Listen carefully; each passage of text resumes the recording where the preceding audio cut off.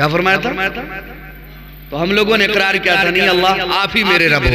اور ایک مزے کی بات میں آپ کو بتاؤں، روحیں تو بہت ساری تھی، نبی بھی بہت سارے آئے اور ہر نبی کی امتی بھی ہے، لیکن یاد رکھیے جو عظمت والی روحیں تھی وہ اللہ رب العزت نے محمد عربی صلی اللہ علیہ وسلم کی امتی میں دی. اس لیے کہا گیا یہ امت آئی بعد میں ضرور ہے لیکن ان کا داخلہ جنت میں سب سے پہلے ہوگا. یہ امت آئی بعد میں ضرور ہے لیکن اس کا داخلہ جنت میں سب سے پہلے ہوگا. اب بزرگوں جنت میں داخلہ کے لیے کرنا کیا پڑے گا؟ اللہ نے بتا دیا. اللہ نے بتایا وَمَا خَلَقْتُ الْجِنَّ وَالْإِنسَ إِلَّا لِيَعْبُدُونِ. ہمارے اور آپ کے رب نے فرمایا کہ اگر تمہیں جنت میں داخلہ چاہیے، میری رضا کی تمہیں پروانے چاہیے، محمد عربی کی شفاعت تمہیں چاہیے، آقا کے ہاتھ سے جام کوثر تمہیں چاہیے، میری عبادت کر، میری ریاضت کر، میری بندگی کر، مجھ سے مرادیں مانگ، میرے در پر سجدہ ریز ہو، میرے نام کا ذکر اپنے زبانوں پر رٹے لگائے. بس اتنی سی کام تمہیں کرنا ہے، جنت تمہارے لیے بن کے تیار ہے. اب ایک سوال پیدا ہوتا ہے جناب، رب کائنات تو یہ کہتا ہے کہ صرف میں نے تجھے اپنی عبادت کے لیے پیدا کیا، اپنے ریاست کے لیے پیدا کیا، اپنے حمد و ثنا و تسبیح کے لیے پیدا کیا. تو رب کائنات اگر صرف اسی لیے آپ نے ہمیں پیدا کیا تو ہم شادی کیسے کریں؟ اگر آپ نے صرف عبادت کے لیے پیدا کیا، گھر کہاں سے بنائیں، زمین کہاں سے خریدیں، اولاد کیسے پیدا کریں، اولاد کی پرورش ہم کیسے کریں؟ یہ سارا سوال پیدا ہوتا ہے نا. یہ سوال کا جواب آپ لے. مثلا ہم نے اپنے پورنیہ جانا ہے کسی کام سے، مثال کے طور پر کوئی گاڑی خریدنے کے لیے ہمیں پورنیہ جانا ہے. آپ اپنے گھر سے یہ ارادہ کر کے چلے ہو مجھے پورنیہ جانا ہے اور وہاں جا کر کے ہم نے اپنی گاڑی خریدنی ہے. اب یہ بتائیے جب آپ کسی گاڑی پر سوار ہو کر پورنیہ کی سفر کی طرف آپ نے نکلا ہے تو آپ کو پیشاب کی بھی حاجت ہوئی، آپ نے اپنی بائک روک کر کے آپ نے پیشاب کی حاجت پوری کی. اس کے بعد آپ کو چائے کی ضرورت پڑی، آپ نے گاڑی روک کر آپ نے چائے کی حاجت کو پوری کیا. پان کی ضرورت پڑی، آپ نے پان کے بھی تقاضے کو پورا کیا. راستے میں چلے آپ نے بڑی بڑی بلڈنگیں بھی دیکھی، آپ نے مور اور کوئل بلبل بھی دیکھے. بتاؤ تو صحیح بزرگوں، آپ کا مقصد تھا صرف جا کر کے موبائل خریدنا، پھر یہ سارے کام آپ نے کیوں کیا؟ آپ کہو گے جناب ہم نے یہ سارے کام اس لیے کیا جہاں جہاں ضرورت پڑتی گئی ہم وہاں اترتے گئے، اپنی ضرورت کو پورا کرتے گئے. اور جو مقصد تھی ہماری کہ ہم نے پورنیہ جانا ہے اور موبائل خریدنا ہے، پھر جا کر کے ہم نے اپنے مقصد کو پورا کیا.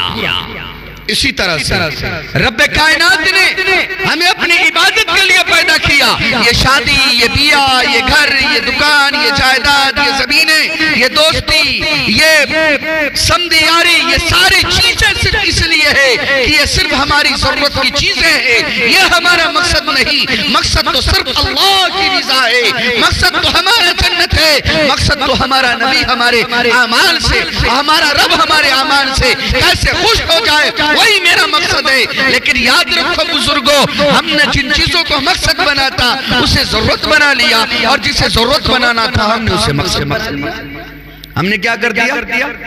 الٹا کر دیا. سمجھ ماری ہے؟ جن چیزوں کو ضرورت تھی ہم نے اسے کیا کیا، اور جو مقصد تھا ضرورت بنا لیا. من میں آیا نماز پڑھ لیا، نہیں آیا چلو جی کوئی مسئلہ نہیں. من میں آیا زکات دیا، نہیں من میں آیا کوئی بات نہیں، چلو جی کوئی مسئلہ نہیں. شادی بیاہ میں کوئی بیٹے کی شادی میں دہیج نہیں لیتا، لیکن بارات 200 لوگوں کی لے گیا کیونکہ آدھی شریعت کو ماننا تھا، آدھی کو نہیں ماننا تھا. ہو رہا نہیں ہو رہا. لیکن جو صرف ہماری ضرورت تھی اس کو ہم نے ایسا مقصد بنایا، چوری کرنا پڑے، سود لینا پڑے، کسی کا مال دبانا پڑے، گھر ضرور تیار ہونا چاہیے. کاروبار ضرور چمکنا ہمارا چاہیے، ہماری اولاد کی ساری خواہشات ضرور پوری ہونی چاہیے۔ حالانکہ یہ مقصد نہیں تھا، بزرگوں ہم نے الٹا کر لیا۔ جب سے ہم نے اس کو الٹا کیا، اللہ نے ہمیں الٹا کر دیا۔ ذلیل آج مسلمان ہو رہا، عبادت گاہ تمہاری توڑی جا رہی۔ کون ایسا ظلم نہیں جو آج مسلمانوں پر نہیں ہو رہا؟ کیوں؟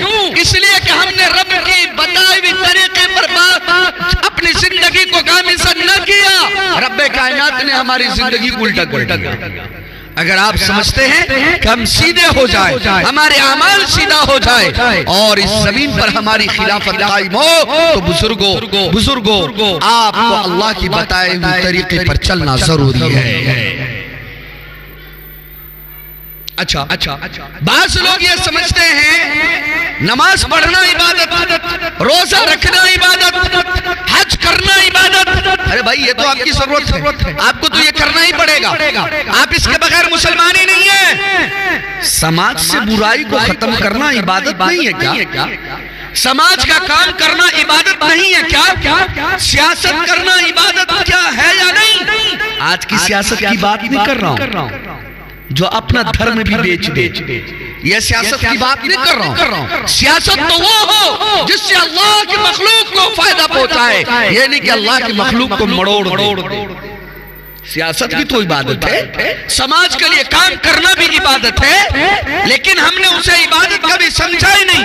اگر کوئی ہمارے معاشرے میں رہنے والا انسان سماج کے لیے مرتا ہے، اس کے لیے کڑن اپنے دل میں رکھتا ہے، ہمارا سماج سیدھے راستے پر کیسے چلے، ہم اپنے سماج کو کیسے فائدہ پہنچا سکے، یاد رکھیے نفل نماز پڑھنے کے برابر عبادت۔ ایک مرتبہ مسجد نبوی میں حضرت ابن عباس رضی اللہ تعالیٰ عنہ، جو اللہ کے نبی کے چچا ہے، وہ اعتکاف میں تشریف فرما ہے۔ ایک صحابی آئے اور وہ مسجد میں آ کر کے رونے لگے، زارو قطار رونے لگے۔ ان کے پاس حضرت تشریف لے گئے اور جانے کے بعد کہا، بھائی تجھے کی چیز نے تڑپا دی ہے، آپ اتنا پریشان کیوں ہو، آپ اتنا کیوں رو رہے ہو؟ اس نے کہا کہ میں قرض میں دبا ہوا ہوں اور قرض والے ہمیں پریشان کر رہے ہیں۔ انہوں نے اس کا گٹھا پکڑا، ہاتھ پکڑا، بولا چلو میرے بھتیجے کی قبر پر۔ جب اسے مسجد سے لے کے نکلنے لگے، کہا ابن عباس آپ کو معلوم نہیں آپ اعتکاف میں ہو، آپ اعتکاف چھوڑ کر آپ مسجد سے باہر جاؤ گے، آپ کا اعتکاف ٹوٹ جائے گا، آپ کو کوئی ثواب نہ ملے گا۔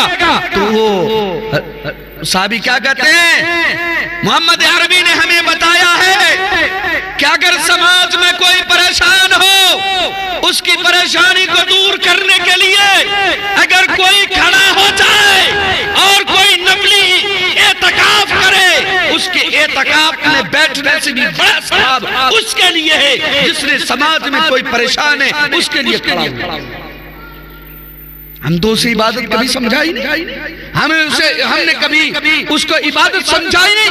بتاؤ بزرگوں، آپ کے معاشرے میں کوئی بچی ایسی ہے جس کا باپ کے پاس اتنے پیسے نہیں کہ وہ اپنی بچی کی شادی کرا سکے؟ کیا بتاؤ سماج کے لوگوں، کیا تمہارے اوپر یہ ذمہ داری نہیں ہے کہ اس بچی کی شادی کے لیے آگے بڑھے؟ ہے یا نہیں؟ لیکن اسے سمجھتا کون ہے؟ اسے سمجھتا کون ہے؟ کسی کو اللہ نے کچھ پیسے دے دیا اور 5 لاکھ روپے خرچ کرنے کے لیے بیت اللہ کی حج کی طرف رواں دوا ہوتا ہے۔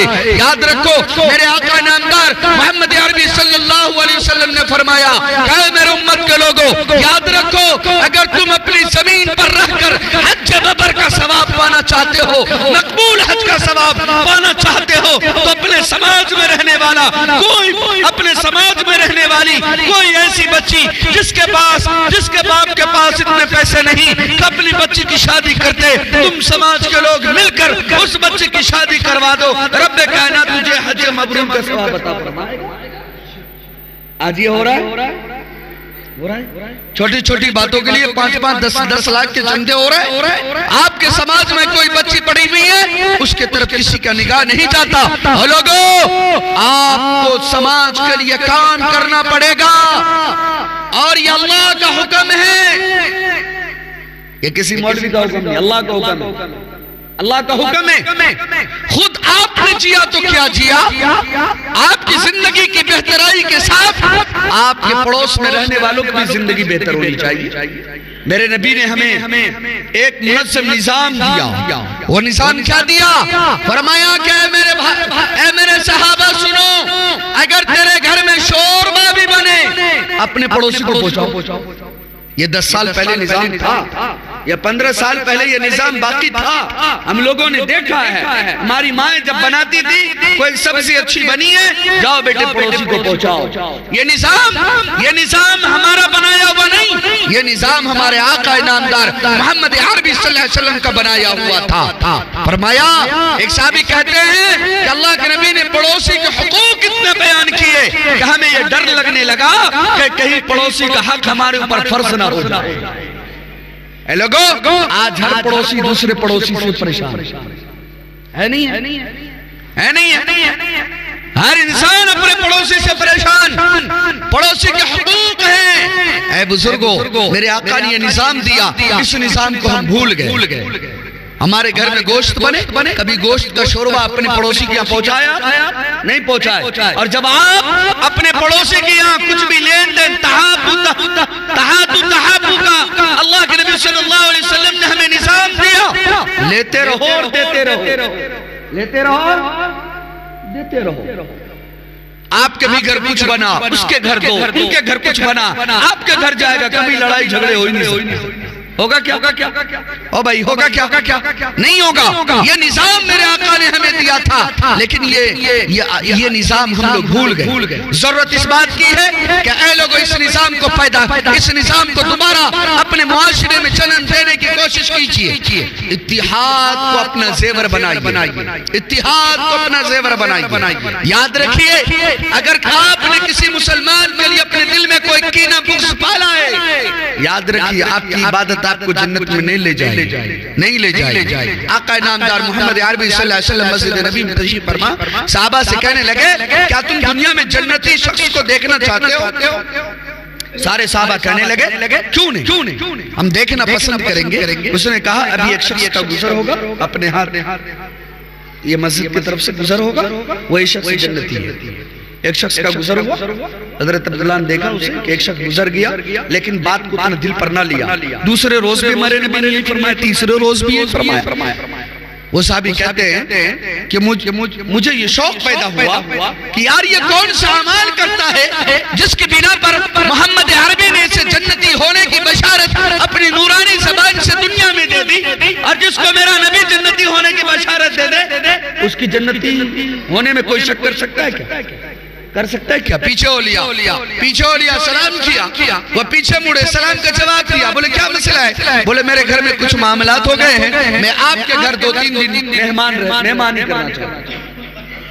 مہمانی کرنا چاہتا ہوں۔ اس نے کہا، اہلا و سہلا، مرحبا، آئیے۔ مہمان تو خوش قسمت کے گھر جایا کرتا ہے، مہمان تو اپنے رزق کا کھانا خود ساتھ لے کر کے جایا کرتا ہے۔ آج تو ہمارا بھی میٹر یہاں سے گڑبڑ ہو گیا، کسی کی یہاں 2-4 بار مہمان آ جاؤ پریشان ہو جاؤ، لو جو خرچے کا گھر آ گیا۔ حالانکہ اللہ کا حکم کیا ہے؟ مہمان ابھی گھر نہیں پہنچا، اللہ نے اس کا رزق آپ کے گھر پہلے پہنچا دیا، وہ کھائے گا، اپنا رزق کھائے گا، آپ کے گھر کا نہیں کھائے گا۔ ہاں یہ ضروری ہے، اس کی وجہ سے آپ کے گھر کا رزق بڑھا دیا جائے گا۔ انہوں نے کہا کہ آپ میرے ساتھ چلیں، ان کے گھر گئے۔ دن میں وہی عبادت، جیسے نمازیں پڑھنی ہے، ذکر کرنی، وہی عبادت۔ انہوں نے سوچا کہ یہ کوئی رات میں عبادت کرے گا، رات میں دیکھا کسی نے عشاء کی نماز پڑھی، اور انہوں نے میرے لیے بھی بستر لگایا، پانی وضو کے لیے رکھ دیا، اور یہ خود پوری رات سوتا رہا۔ میں پوری رات جا کر کے دیکھتا رہا کہ اب اٹھے گا کوئی عبادت کرے گا، اب اٹھے گا کوئی عبادت کرے گا، لیکن یہ پوری رات سوتا رہا۔ فجر کی اذان ہوئی، پھر اٹھا، وضو کیا، نماز پڑھنے لگا۔ تینوں دن یہی معاملات ہونے لگے۔ واپس جب آنے لگے، دل میں اس نے کہا کہ یار اس سے زیادہ تو میں عبادت کروں، اس سے زیادہ تو میں ریاضت کروں، اس سے زیادہ تو میں سجدے کروں، اس سے زیادہ تو میں قرآن کی تلاوت کروں، اس سے زیادہ میں اللہ کی ذکر کروں، اس سے زیادہ میں اللہ کے سامنے روؤں گڑگڑاؤں۔ میرے نبی نے مجھے جنتی ہونے کی بشارت نہ دی، اسے دے دیا۔ یہ پوری رات سوتا رہا، صرف وقت پہ نمازیں پڑھتا رہا۔ اس نے کہا بھائی میرے گھر میں کوئی معاملہ نہیں ہوا، بلکہ میرے نبی نے 3 دن تک تمہارے جنتی ہونے کی بشارت دی دی، میرے دل میں یہ داعیہ پیدا ہوا، میں دیکھوں تو صحیح ہے تو کون سا عمال کرتا ہے، لیکن میں نے دیکھا کہ جتنا میں عبادت کرتا ہوں اس کا تو 2 حصہ بھی عبادت نہیں کرتا، میں پوری رات عبادت کرتا ہوں، پوری رات، لیکن میرے آقا نے مجھے جنتی ہونے کی بشارت نہیں دی، تمہیں جنتی ہونے کی بشارت دی۔ یہ کیا معاملہ ہے؟ کوئی عمل ہے تو بتاؤ، لیکن میں نے تو دیکھا نہیں کہ کوئی بڑا عمل کرتا ہے، کوئی بڑا عمل کرتا ہے۔ وہ رونے لگے اور کہنے لگے میرے نبی نے مجھے جنتی ہونے کی بشارت دی۔ بولے ہاں بولے کہ آپ نے تو دیکھ لیا، میں مزدور آدمی ہوں، تھکا ماندہ رہتا ہوں، وقت پہ نمازیں پڑھ لیتا ہوں، تھوڑا بہت ذکر کر لیتا ہوں، اس کے علاوہ تو میں کچھ نہیں کرتا۔ چل دی تھوڑی دور گئے، انہوں نے آواز دی بھائی رکے، ہاں میرے پاس ایک اعمال ہے، کریں گے اکراہ والے، مجرہی والے، اکراہ والے کریں گے انشاءاللہ، سبھی حضرات کریں گے، بتا دیں۔ وہ صحابی نے کہا ہاں میرے پاس کوئی بڑے اعمال نہیں، لمبے سجدے، لمبی رکوع میرے پاس نہیں ہے، پوری رات کی عبادت میرے پاس نہیں ہے، لیکن میرے پاس ایک عمل ہے، وہ عمل یہ ہے کہ میں اپنے سینے کو ہر مسلمان بھائی کے لیے پاک و صاف رکھوں، اپنے سینے میں کسی بھی مسلمان کے لیے کینہ، بغض، حسد، جلن، کپٹ نہیں رکھتا۔ کسی بھی مسلمان کو میں دیکھتا ہوں مجھے خوشی محسوس ہوتی ہے کہ یہ دیکھ میرے نبی کا امتی ہے، یہ میرا مسلمان بھائی ہے، مجھے خوشی ہوتی ہے۔ اس نے کہا تیرا یہی عمل میری پوری رات کی عبادت پہ بھاری پڑ گیا۔ آج ہم حاجی بن جائیں، نمازی بن جائیں، مولانا صاحب بن جائیں، جماعتی صاحب بن جائیں، امیر صاحب بن جائیں، غریب صاحب بن جائیں، لیکن سینہ بغض سے بھرا پڑا، سینہ بغض سے بھرا پڑا۔ اے لوگو اس سینے کو بغض، عداوت، نفرتوں سے خالی کیجئے،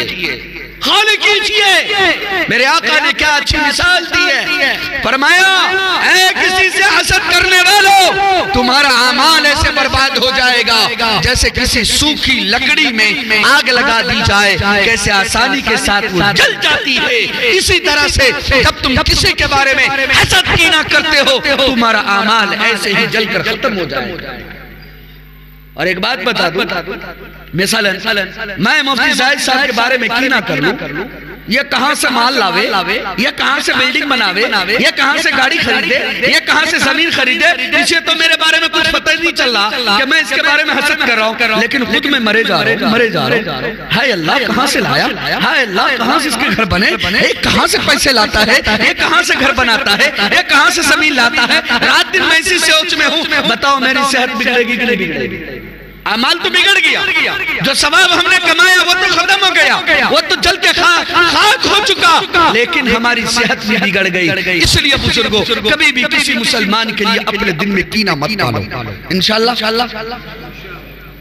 میرے نبی نے فرمایا وَاعْتَصِمُوا بِحَبْلِ اللَّهِ جَمِيعًا وَلَا تَفَرَّقُوا، کیا فرمایا؟ آ جاؤ ایک پلیٹ فارم پہ جمع ہو، کہاں جمع ہو جاؤ؟ ایک پلیٹ فارم پر۔ اور کیسا پلیٹ فارم؟ جہاں پر نہ گورے اور کالے کی تمیز باقی رہے۔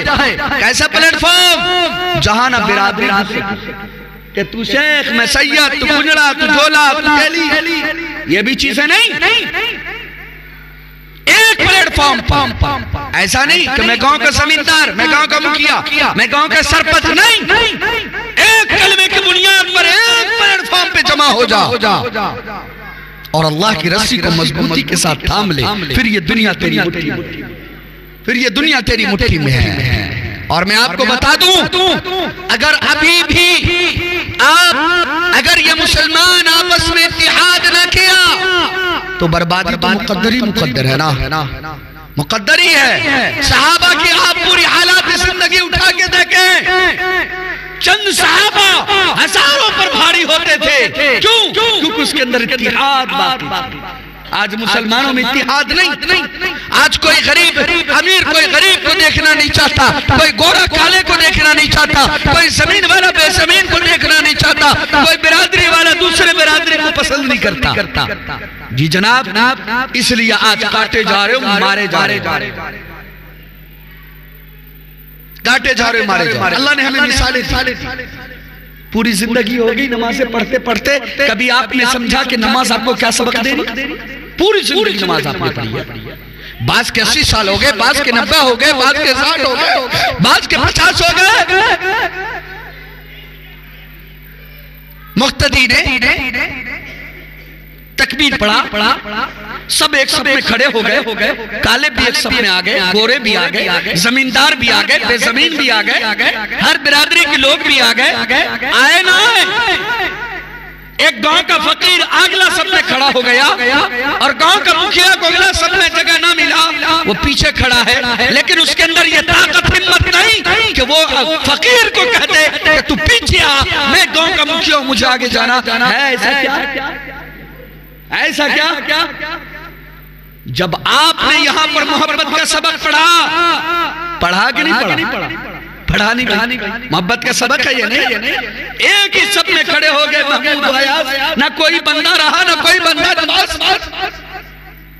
آج کوئی غریب آگے ہے, امیر کو جگہ نہ ملی, وہ پیچھے کھڑا ہے, لیکن امیر یہ نہیں کہتا میں گاؤں کا چودھری ہوں مجھے آگے جگہ چاہیے, نہیں کہتا. تو پھر آپ مسجد سے باہر ہو گئے, پھر آپ نے آنکھیں دکھانے کیوں شروع کر دی؟ بتائیے نا, کیا نماز صرف اٹھک بیٹھک کا نام ہے؟ نماز تو آپ کو یہ پیغام دے رہی ہے کہ اے لوگو, نماز پڑھ رہے ہو تو آپس میں اتحاد قائم کرو, اتحاد قائم کرو. پوری زندگی نماز پڑھتے پڑھتے ہو گئی, لیکن ہم نے اس پیغام کو کبھی نہ سمجھا. اور ایک مثال میں آپ کے سامنے دینے جا رہا ہوں. یہ کیا ہے؟ اس میں 5 انگلی ہے, چھوٹا موٹا لمبا پتلا دبلا ہے.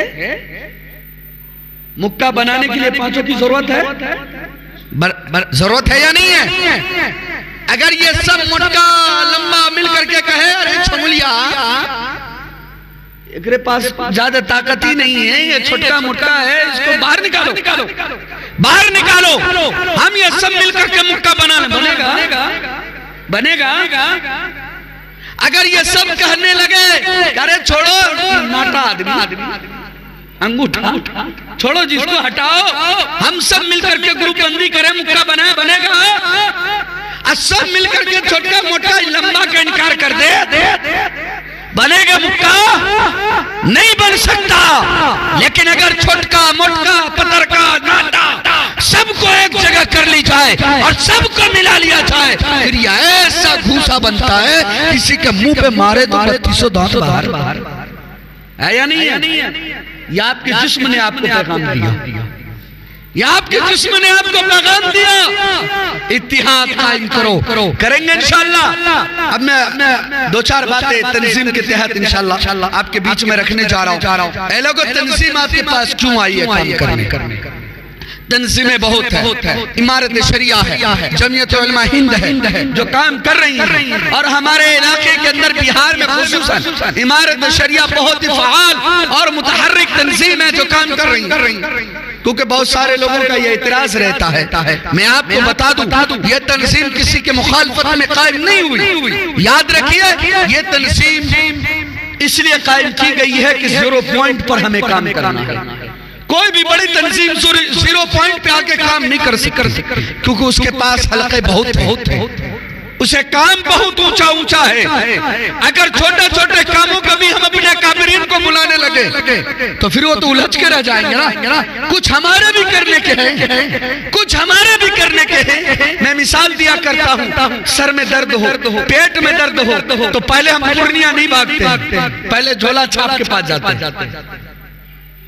کہو ہمارے سر میں درد ہوئے تھے, ٹیبلیٹ دے دہا, ٹیبلیٹ دیا, چھوٹ گیا, ٹھیک بات ہے, نہیں چھوٹا پھر کھاوے گا, نہیں چھوٹا پھر کھاوے گا, 2-4 بار میں نہیں چھوٹا تو پورنیہ بھاگے گا, ہے یا نہیں ہے؟ اسی طرح سے یہ تنظیم اس لیے قائم ہوئی کہ ہم اپنے مسائل کو, اپنے سماج کے مسائل کو ہم اپنے علاقے کو علماء اور عوام دونوں مل کر کے حل کریں گے. اور جب ہم سے اور آپ سے نہیں ہو پائے گا, پھر ہم اپنے بڑوں کو آواز پھر ہم اپنے بڑوں کو آواز دیں گے, کریں گے انشاءاللہ. کچھ کرنے کا وقت آیا، کچھ ایسا کر کے تو جاؤ مسلمانوں کہ آنے والی نسلیں تمہیں یاد رکھے کہ ہمارے باپ داداؤں نے ہمارے لیے کام کر کے گیا۔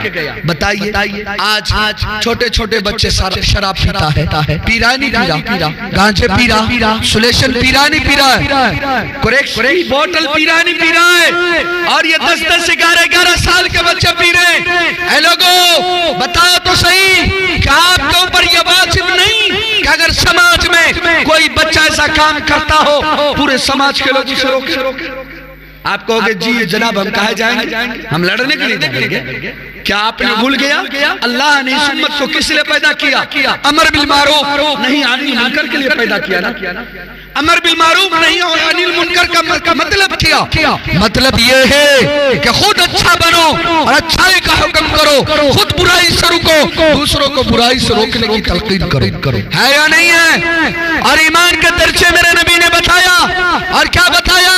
ایمان کا مضبوط ترین درجہ یہ ہے کہ تم اپنے سماج میں کوئی غلط کام ہوتے ہوئے دیکھو، اگر اللہ نے تمہیں طاقت دی ہے تو اپنی ہاتھوں سے روکنے کی تیاری کرو، اور سماج کے لوگوں کو نہیں کر سکتے تو کم سے کم اپنے گھر کے بچوں پر سختی کے ساتھ پیش آؤ۔ دوسرے درجے ہمیں یہ دیا گیا کہ اگر ہاتھ سے روکنے پر فتنہ کا اندیشہ ہے تو زبان سے بولو کہ اے بچوں، اے بزرگوں، جو تم یہ کام کر رہے ہو یہ غلط ہے، یا اللہ کی مرضی کے خلاف تم کام کر رہے ہو، تمہیں رکنا پڑے گا۔ اور ایمان کا لاسٹ درجہ یہ بتایا گیا کہ اگر ہاتھ سے روکنے کی طاقت آپ کے پاس نہیں ہے، اگر زبان سے بولنے کی طاقت آپ کے پاس نہیں ہے، تو کم سے کم برائی جو ہو رہا ہے اس برا کو برا سمجھو۔ انسان کو برا نہیں، انسان کو برا نہیں۔ ایک اصول یاد رکھیے گا، ہم لوگ فوراً انسان کو برا سمجھتے ہیں، انسان کو برا نہیں سمجھ سکتے۔ انسان جو غلط کام کرتا ہے اس کو ہم نے برا سمجھا۔ اب یہ ایک بات بتائیے، معاشرے کے اندر کریکس پیتا ہے بچے، سلیشن پیتا ہے، سماج ہمارا کیسے بنے؟ بعض لوگ کہتا ہے مولانا میں نے مثال وہاں پر بھی دیکھی، آپ کے یہاں بھی دینے جا رہا ہوں، کہتا ہے مولانا فلانما کا بچہ پیتا ہے، میرا کیا جاتا ہے، میرا تو بڑا شریف ہے۔ اے لوگوں نہیں، اپنے بچوں کو شریف کہنے والوں یاد رکھیے یہ ایک ایسی مہلک بیماری ہے کہ اس کی ہوا بہت تیز چلتی ہے، اگر اس کو وہیں پر نہیں روکا گیا ہو سکتا ہے کہ اس بیماری کا مریض آپ کی اولاد جائے۔ میں یہ کہا کرتا ہوں میرا بھی گھر چھپڑ کا، آپ کا بھی گھر چھپڑ کا، میرے گھر میں آگ لگا، آپ تالی بجا رہے ہو، کرو میرا گھر بچا ہوا ہے، آندھی چل رہی ہے اور اپنے گھر پر پانی ڈال رہے ہو، بتاؤ میرا گھر بچے گا؟ آپ کے گھر، مجھے اپنا گھر بچانے کے لیے پہلے آپ کے گھر پر پانی ڈالنا پڑے گا۔ ہو سکتا ہے آپ کے گھر کی آگ بجھ جائے اور میرا بھی گھر محفوظ ہو جائے۔ بزرگوں اب یہ بتاؤ، ایک آدمی منع کرے گا تو مانے گا؟ نہیں مانے گا نا۔ اجتماعیت شریعت مطالعہ میں بہت اہم کردار نبھاتی، ہمیں اجتماعیت کے ساتھ روکنا ہے۔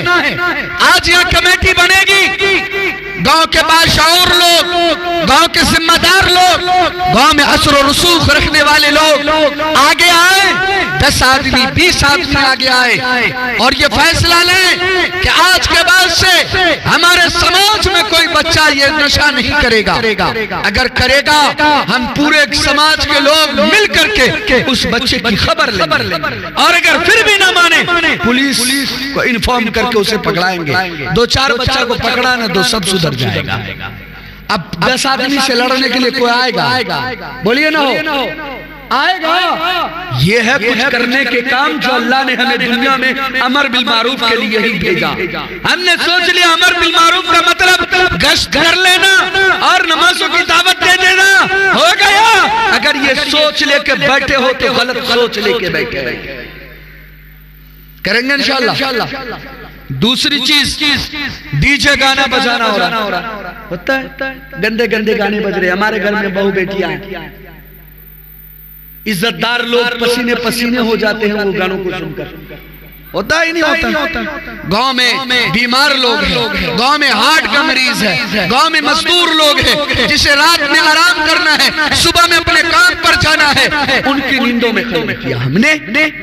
اور یہیں پر بس نہیں, یہ بغاوت ہے, بغاوت یہ گناہ نہیں, گناہ سے بھی بڑھ کے گناہ بغاوت ہے. یاد رکھیے, اگر کسی سماج میں کھلے طور پر گانے بجانے ہو تو یاد رکھیے ہو سکتا ہے اگر سماج کے لوگوں نے اسے نہیں روکا, ہو سکتا ہے کہ اس پورے سماج پر اللہ کی عذاب نازل ہو جائے, اللہ کی عذاب نازل ہو جائے. اب اگر ایک امام صاحب کے لئے روکے لے, امام صاحب کا بات سنتا کون ہے؟ سنتا کون؟ گاؤں کا ایک آدمی گیا روکنے کے لیے, سنے گا کون؟ ہم یہ کہہ کر کے ٹرکا دیتے ہیں بچہ چھوڑا سب بجوا ہے, بجوے دہا یہی کہہ کے ٹرکا دیتا ہے. لیکن بزرگوں, آپ کو دین کی خدمت کرنی ہے, آپ کی کمیٹی بنے گی, یہ امام کی ضرورت نہیں, یہ آپ کی بھی ضرورت ہے. دین کی خدمت صرف مولویوں پر نہیں, جتنا مولویوں پر ہے اتنا آپ کے سر پر بھی ہے یا نہیں؟ ہے یا نہیں ہے؟ تو بزرگوں, اگر سماج میں کہیں پر نیچے گانے بجانے ہو رہا ہے تو ذمہ داری ہم سب کو سے روکیں گے انشاءاللہ. اب روکنے کے لیے لاٹھی تو نہیں ماریں گے, شریعت میں تو لاٹھی نہ ہے کہ لیے لاٹھی دے, لاٹھی نہیں کر سکتے. شریعت میں لاٹھی رہتا, کوئی بے نمازی زمین پر ہوتا کیا, کوئی شرابی زانی زمین پر ہوتا کیا؟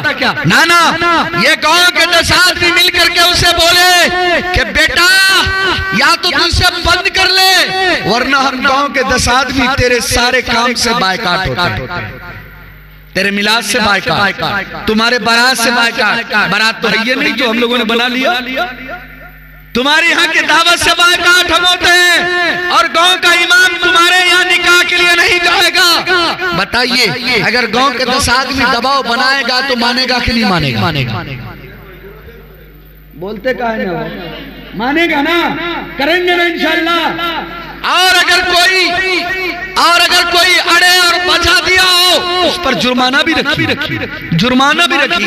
تمہیں جس طرح سے مائک میں تم نے گانا بجایا ہے, مائک میں تم معافی مانگے گا اور 5100 روپے تمہیں جرمانے کی ادا کرنے پڑے گی. الحمدللہ ضلع سہرسہ کے اندر ایک گاؤں میں یہ نظام ہے, کوئی مائکہ لال ایسا نہیں جو گانے کے نظام بنا لے. میرے پاس وقت ہوتا میں آپ کے پاس کارگزاریاں سناتا, ایسے لوگ سامنے آئے جو کئی کالج چلاتا ہو, ایسے لوگ سامنے آئے جو کئی مدرسے کو 50 ہزار کا چندہ دیتا ہو, اس نے گانے بجایا اور گاؤں شہر کا لاکھ پتی نہیں, کروڑ پتی نہیں, ارب پتی انسان ہے, گانے بجا, ذمہ دار نے لیٹر پیڈ پہ لکھ کے دے دیا بند کریں ورنہ نکاح نہیں پڑھایا جائے گا. اس نے لیٹر پیڈ کو پھاڑ دیا اور کہا تیرے جیسے ہزاروں مولوی ملتا ہے, تیرے جیسے ہزاروں مولوی ملتا ہے. کہہ دیا گیا ٹھیک ہے, آپ اپنی طاقت لگا لیں اور کہیں سے مولوی لے آئیں. گروپ میں ڈال دیا گیا, صرف شہر کے نہیں 4 بلاک کے امام, 250 سے زیادہ امام شہر کے اندر پہنچ گیا. اس نے پولیس کا سہارا لیا, پولیس آ کر کے ذمہ داروں سے بات کیا کہ آپ لوگ گنڈا گردی پر کر گئے. بولا بھیا ہم تو اس کے شادی حال بھی نہیں گئے تو گنڈا گردی کہاں سے کر رہے, تو آپ نکاح نہیں پڑھانے جا رہے. بولے یہ تو میری مرضی ہے, اس کی مرضی تھوڑی چلے گی, اسے بولو جہاں سے مرضی لے آئے گا.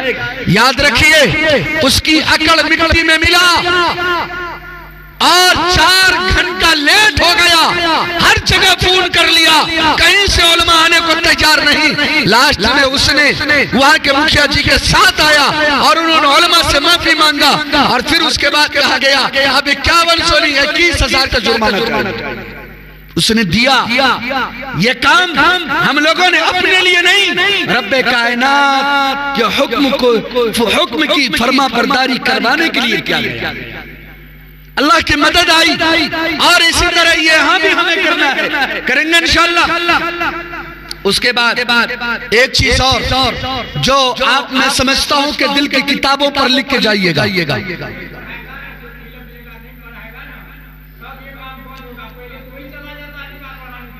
اب نہیں جائے گا, جب کہا دیا ہم نہیں جائے گا.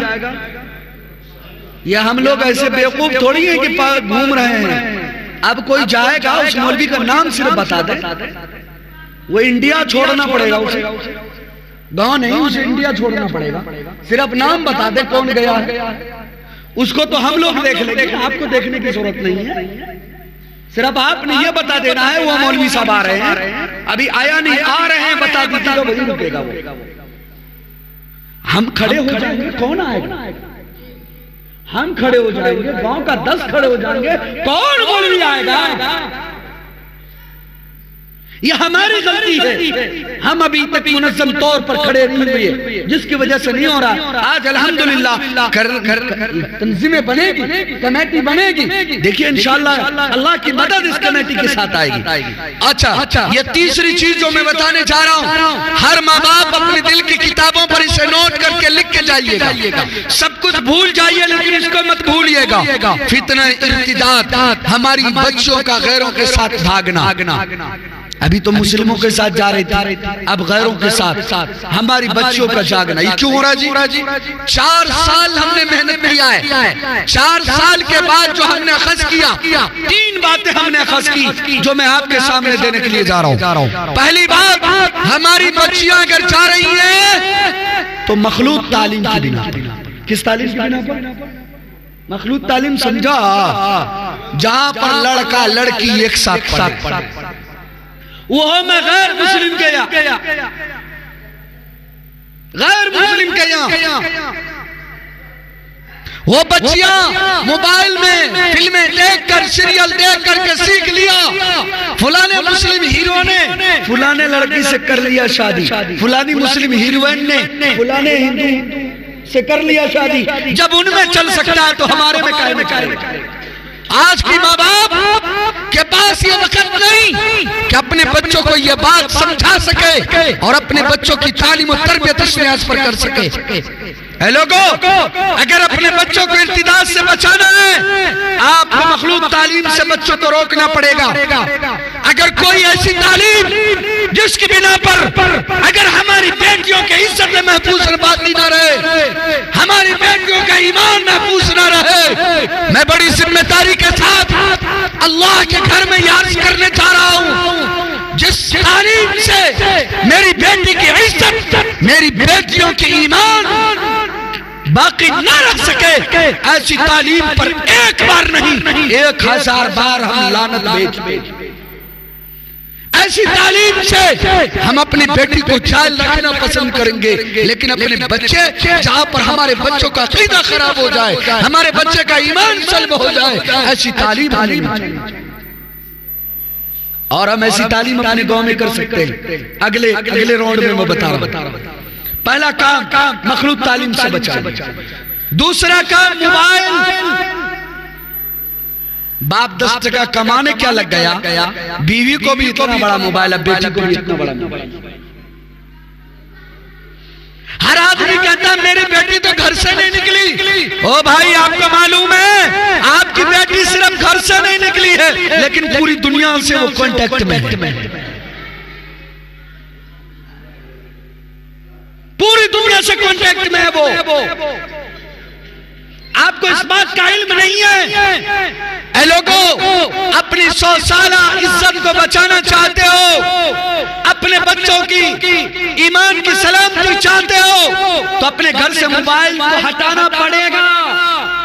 میں ایک جگہ بیان کر کے آیا سور بازار حلقے میں کہ صرف بیٹیوں سے نہیں، نئی نویلی دلہن آئے تو اس سے بھی موبائل کو بچاؤ۔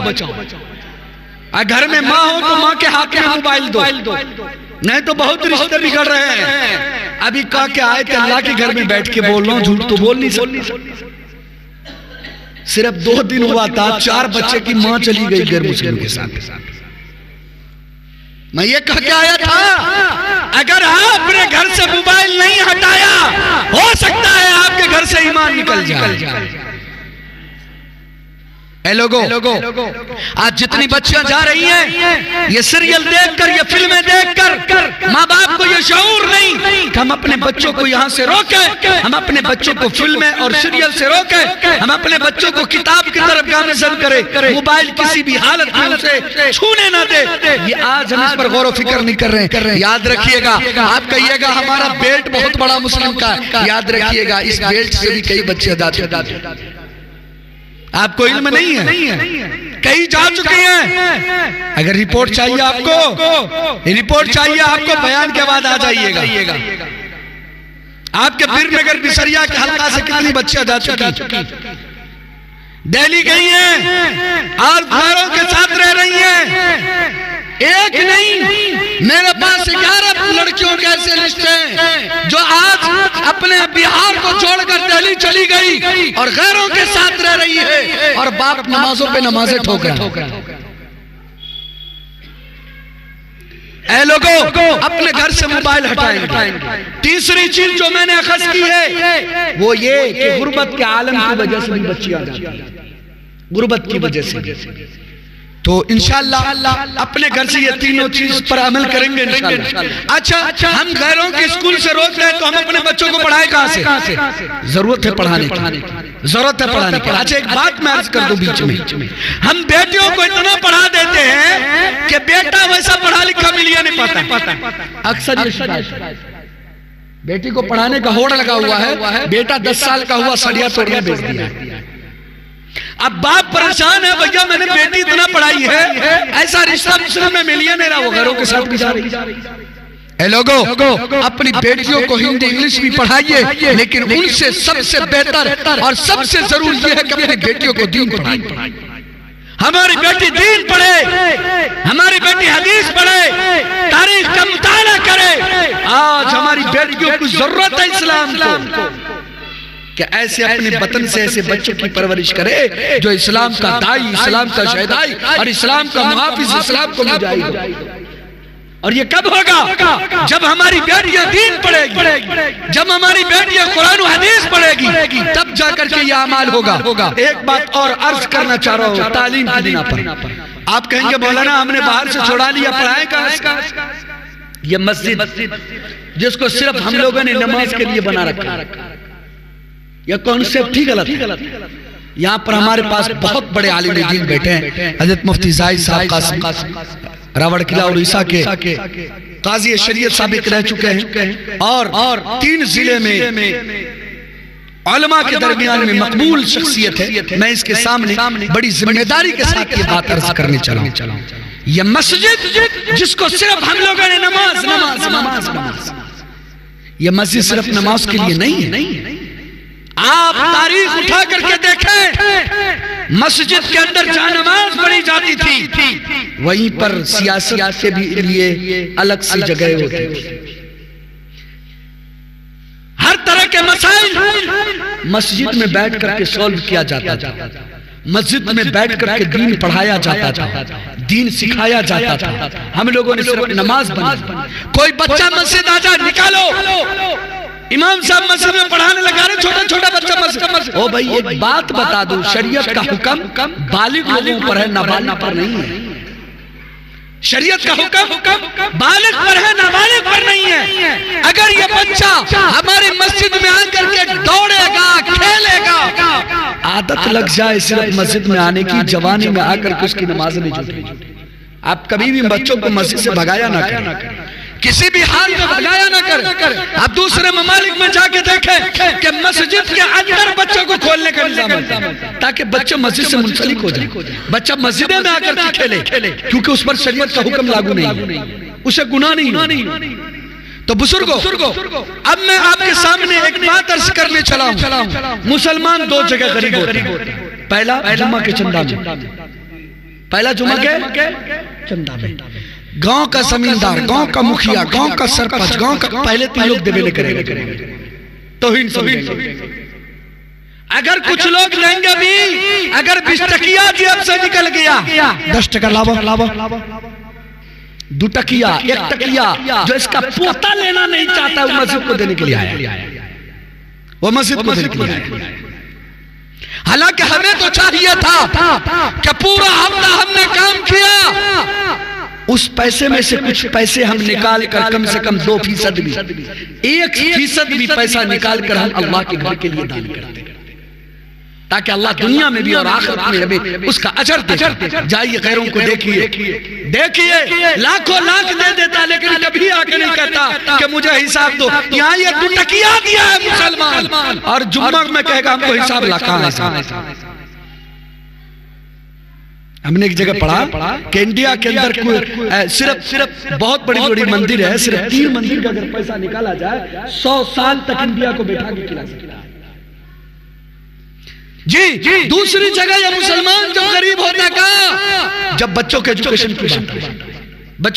کی بات آئے یہ مسلمان سب سے زیادہ غریب ہے، اور جو کہے گا میں سب سے زیادہ غریب، چکمکہ بازار میں جہاں مچھلی بکتی ہو آپ وہاں چلے جائیں، جو کہتا ہم سب سے زیادہ غریب سب سے پہلے وہی نظر آئے گا،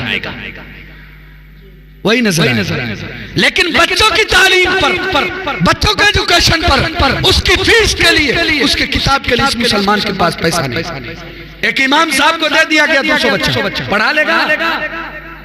نہیں پڑھا سکتا۔ میں بھی مدرسہ چلاتا ہوں، حضرت یہاں پر بیٹھے بہت سارے مدرسے کے ذمہ دار بیٹھے ہیں، ایک معلم کو 25 بچے سے زیادہ نہیں دیا جاتا، 30 نہیں لیتا ہے، اور 2 گھنٹے کے لیے گاؤں کا سارا بچہ دے دیا، پڑھ لے گا؟ نہیں۔ یہ کمیٹی جو بنے گی اس کا کام یہ ہوگا کہ آپ اعلان کریں فری کا کانسیپٹ دماغ سے نکالا بابو، فری کا کانسیپٹ دماغ سے نکال دیجئے۔ بتائیے ہمارے معاشرے میں کوئی اتنا غریب ہے جو اپنے بچوں کے ایجوکیشن پر چھوٹا کا خرچہ نہ کر سکے؟ ہے کوئی غریب؟ بولا ہے کوئی غریب اتنا جو 6 روپیہ بھی دن کا خرچہ نہ کر سکے؟ ارے ہم تو دیکھتے ہیں ابھی بچہ چل بھی نہیں رہا ہے گودیے میں، وہ پارلے جی کھا رہا، جس پارلے جی کے کھانے پر نہ اس کے صحت کو فائدہ نہ اس کے علم کو فائدہ ہے۔ فائدہ 6 روپیہ بھی اگر آپ بچوں کے پیچھے خرچہ کرتے ہیں 6 سوا 6 ساڑھے 6 روپیہ، تو بتائیے مہینے کا کتنا بنا؟ 200 روپیہ بن گیا؟ او بھائی بنا کہ نہیں بنا؟ اگر 100 بچہ بھی ہوا 20,000 کی رقم ہوئی کہ نہیں ہوئی؟ 20,000 کی رقم سے یہ کمیٹی کی ذمہ داری ہے ایک اور مولوی صاحب اس کو بھی 10,000 روپے دیں۔ آپ کو یہاں سے 2 فائدہ، پہلا فائدہ یہ کہ ایک امام کہیں گیا، دوسرا حاصل نہیں تو ایک امام صاحب کا تو گلے ارے تو پڑھوا نہ ہو، نہ ہم نہ تو پڑھو، نہ ہم نہ تو پڑھو، ہوتا نہیں ہوتا ہے۔ ہمارے پاس 2 امام آ گیا، اگر 100 بچے ہیں 50 تو بچ گیا، بچے پڑھیں گے کہ نہیں پڑھیں گے؟ 10,000 کی رقم بچ گئی نا، اس 10,000 کی رقم سے 2-4 ٹیچر کا انتظام کیجئے، 2 ٹیچر کا انتظام کر لیجئے، 3 ٹیچر کا انتظام کر لیجئے، اور اس ٹیچر کو کہیے مسجد میں دین پڑھائی جائے۔ ہمارے نبی نے دوسرے علوم کو سیکھنے کا حکم دیا۔ ہماری بچی دینی ماحول میں رہ کر دونوں علوم کو حاصل کر سکتی ہے کہ نہیں؟ میں ان لوگوں کے لیے کہہ رہا ہوں جو زیادہ پڑھانا نہیں چاہتا، جو زیادہ پڑھانا چاہتا ہے اس کا مسئلہ دوسرا ہے، لیکن جو تھوڑا بہت بھی پڑھانا چاہتا ہے 6 روپیہ بھی خرچہ کر لے، ہمارے بچے ایک ہی جگہ پہ رہ کر کے دین بھی پڑھ سکتا ہے، دنیا بھی پڑھ سکتا ہے۔ ہمارے بچے کو دوسروں کی کوچنگ سینٹر میں جا کر پڑھنے کی ضرورت نہیں، ہمارے بچوں کو کوچنگ سینٹر ہمارے گاؤں میں ہو سکتا ہے کہ نہیں ہو سکتا؟ ہوگا کہ نہیں ہوگا؟ یہ کمیٹی انشاءاللہ اس پر کام کریں گے انشاءاللہ، کریں گے انشاءاللہ۔ مکتب کا نظام آپ کے پاس آ گیا جو میں نے بتایا، ڈی جے گانے بجانے سے معاشرے کو پاک کرنا ہے، تلک جہیز کو اپنے معاشرے میں روکیے، یہ مولوی کی ذمہ داری نہیں۔ کہیں بھی جاتے مولوی صاحب تلک پر بیان کر دیجئے، تلک پر کہا ہے بھائی بیان کرنے سے کچھ نہیں ہوتا، ہر کام کو اپنے سے شروع کرنا پڑے گا۔ ہماری بیماری کیا ہے معلوم؟ ہے پھلنما ہے نارا، ہے پھلنما ہی کرا، وہ پھلنما ان کرا، وہ پھلنما کے طرف انگلی بڑھانے والوں، جب آپ نے کسی کے طرف ایک انگلی کیا، رب نے آپ کو 3 انگلیاں آپ کی طرف پھیر دیا، پھیرا نہیں؟ یہ رب کریم کا نظام ہے، ہم نے کسی کی طرف ایک انگلی کیا، قدرت نے یہ 3 انگلی ہمارے طرف پھیر دیا اور کہا دوسروں کی طرف انگلی کرنے سے پہلے اپنے اندر انگلی کر، اپنے اندر جھانک، اپنے پاس سے کام کو شروع کرو، فلنما تلک لیا کو چھوڑو، پہلے آپ لینا چھوڑو۔ ہم خود کے ذمہ دار ہیں، اپنے اعمال کی ذمہ داری ہمارے سپرد ہے، رب کائنات کو ہمیں جواب دے۔ انشاءاللہ غریب بچوں کی شادی کا معاملات میں آپ لوگوں نے یہ کرنا ہے، یہ کمیٹی جو بنے گی اپنے گاؤں میں سروے کرے۔ الحمدللہ 5 مئی کو ہم لوگ 40 بچوں کی شادی پھر کروا رہے ہیں، وہ تو کوٹا فل ہو گیا ہے، لیکن کوشش یہ ہے کہ یہ 4-5 بلوک کمار کھنڈ وغیرہ لگا کر کے ایک نظام ہم لوگ ترتیب دیں گے کہ اپنے گاؤں میں ایسے بچوں کو تلاش کریں جو ایسے غریب ہیں کہ زکوٰۃ فطرہ چل سکتا ہے۔ اے لوگوں ہم کیا سوچ رہے زکوٰۃ فطرہ مدرسے خرچے یا دماغ میں بٹھا رکھے، نہیں، سب مدرسے نہ کھاتے۔ زکوٰۃ فطرہ کا مستحق سب سے پہلے آپ کے گاؤں میں رہنے والے غریب، آپ کے گاؤں میں رہنے والا مسکین، آپ کے گاؤں میں رہنے والا ایسا بیمار جس کے پاس علاج کے پیسے نہیں، آپ کے گاؤں میں رہنے والی ایسی بیٹی جس کے باپ کے پاس شادی کرنے کے پیسے نہیں، آپ کے زکوٰۃ، آپ کا فطرہ، آپ کا عشرہ کا سب سے پہلا حق اگر کوئی رکھتا ہے تو آپ کے سماج کے یہ لوگ رکھتے ہیں۔ آپ ایسے سماج میں ایسے بچوں کے تلاش کریں اور اپنے گاؤں سے پورا کرنے کی کوشش کریں، اور اگر کمی ہو جائے آپ کے پاس ایک عظیم ہستی حاجی افضل صاحب تشریف رکھتے، مفتی زاہد صاحب تشریف رکھتے، قاری سکندر صاحب تشریف رکھتے ہیں، ان احباب کے سامنے آپ پیش کریں، جو کمی ہوگا انشاءاللہ اس بچی کے لیے ہم علماء مل کر کے اس کی شادی کرانے کی کوشش کریں گے۔ لیکن آج کے بعد ایسا کبھی نہیں ہوگا کہ کوئی بچی صرف غربت کی بنا پر، پیسے نہ ہونے کی بنا پر غیروں کے ساتھ چلا جائے، آج کے بعد ایسا نہیں ہوگا انشاءاللہ۔ سماج کے لیے کام کریں گے انشاءاللہ، اور غریب بھی ایسا کوئی بیمار ہے آپ اس پر بھی پیسہ خرچہ کریں، کم سے کم پورا زکوٰۃ فطرہ نہیں، مدرسوں کو بھی دینا ضروری ہے، 25 سے 30% روک لیں، 25 سے 30% روکیے۔ آپ کے گاؤں میں جتنے گھر ہیں آپ اعلان کر دیں فطرے کی رقم امام صاحب کے پاس جمع ہوگا، 75% امام صاحب مدرسوں کو دے دیں، 25% اس کمیٹی کے اندر روک لے۔ سمجھ رہے ہیں بات کو؟ عشرہ کا ٹائم آئے، مسجد میں عشرہ جمع ہوگا، اب ہر کام مسجد سے ہوگا، 75% مدرسے کو بانٹ دیں، 25% گاؤں سماج کے بچوں کے لیے رکھیں، ایسے غریبوں کے لیے، بیمار کے لیے، جس کے پاس پڑھانے کے پیسے نہیں اس کے لیے، ہر وہ پیسے جو ہم نکالتے ہیں اس کو اجتماعیت کے ساتھ نکالیے، 75% ہر مدرسے کو دیجئے، اور وہ بھی جو آپ کے علاقے کے مدرسے ہیں ان کو زیادہ سے زیادہ دیجئے، جو باہر سے آ رہے ہیں اس کو بھی مت بھگائیے، اس کو بھی کچھ انشاءاللہ۔ میں نے آپ کا بہت ٹائم لے لیا، اللہ رب العزت ہمیں کہنے سننے زیادہ عمل کی توفیق نصیب فرمائے، وما توفیق الا باللہ۔ آپ حضرات سے گزارش ہے